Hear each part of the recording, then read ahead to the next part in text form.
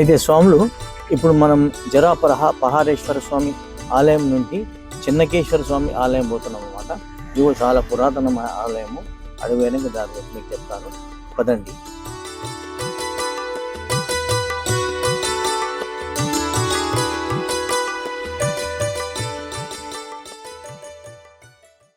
జబలో గణేష్ మహారాజ్కి జై. నమస్కారం.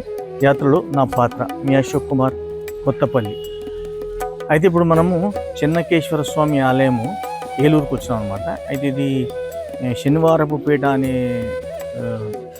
బస్తీలో ఉందన్నమాట. ఇది అయితే ఇది మనకు పహారేశ్వర ఆలయం నుంచి 5 కిలోమీటర్ల దాకా ఉంటుంది. అయితే ఇది విజయవాడ నుంచి మనకు 60 కిలోమీటర్ వస్తుంది. హైదరాబాద్ నుంచి 340 కిలోమీటర్ వస్తుంది. అయితే ఇది 300 శతాబ్దాల క్రిందటి ఆలయం అన్నమాట. అయితే నూజివీడి అప్పారావు గారికి కేశవ స్వామి కలలో కనిపించి తన విగ్రహం ఒక బావిలో ఉందని చెప్తే అతను ఆ విగ్రహం తీసి ఈ గుడి కట్టించింది అనమాట. చాలా పురాతనమైన ఆలయం. అయితే ఇది అత్యంత అద్భుతమైన గోపురం అన్నమాట. అయితే ఈ గోపురం పైన కిక్కిరిసిన శిల్పాలని, అయితే ఈ శిల్పాలన్నీ కింద తయారు చేసి మీద ప్రతిష్ఠించిందని చెప్తాను అనమాట. చాలా బాగుంటుంది. ఒకసారి గోపురం కూడా మేము మొత్తం చూస్తాను, నడవండి.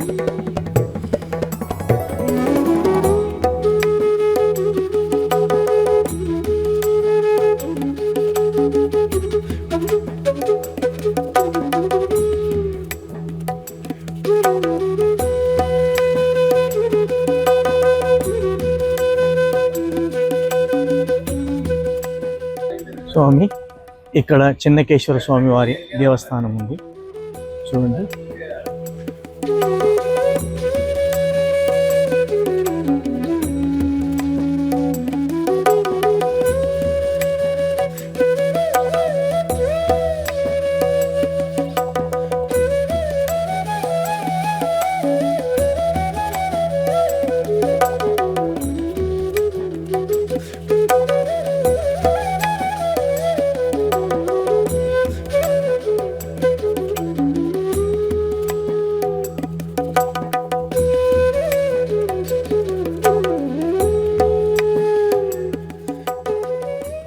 ఇక్కడ పార్వతీదేవి సమేత రామలింగేశ్వర స్వామి వారి ఆలయం.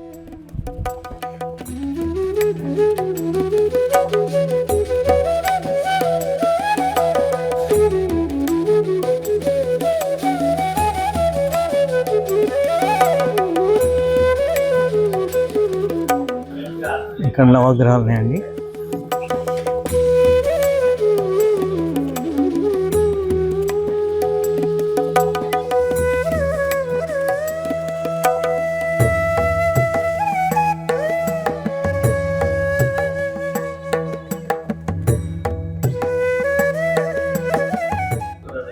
పైన గరుత్మంతుడు కూర్చున్నాడండి.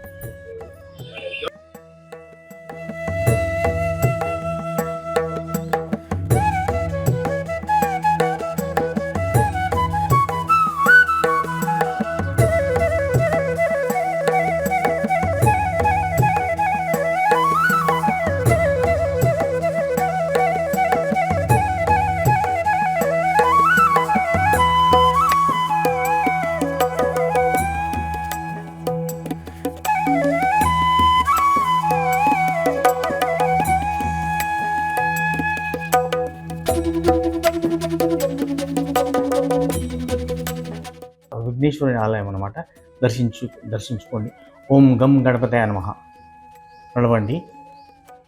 గరుత్మంతుడు ఉందండి, చూడండి. చూడండి శిల్పాలు ఎలా ఉన్నాయో.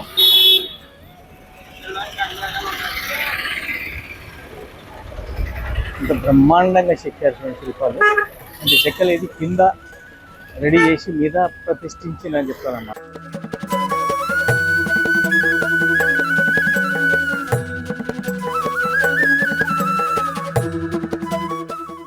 చూడండి, బ్రహ్మాండమైన దర్శనం అయింది.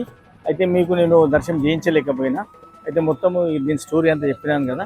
అయితే మనము ఇక్కడ నుంచి నడవండి. ఆ స్వామి ఇక్కడ విజయవాడ పోదామని ప్లాన్ ఉంది. తల్లిని దర్శించుకోనికి నడవండి, పెడదాం, నడవండి.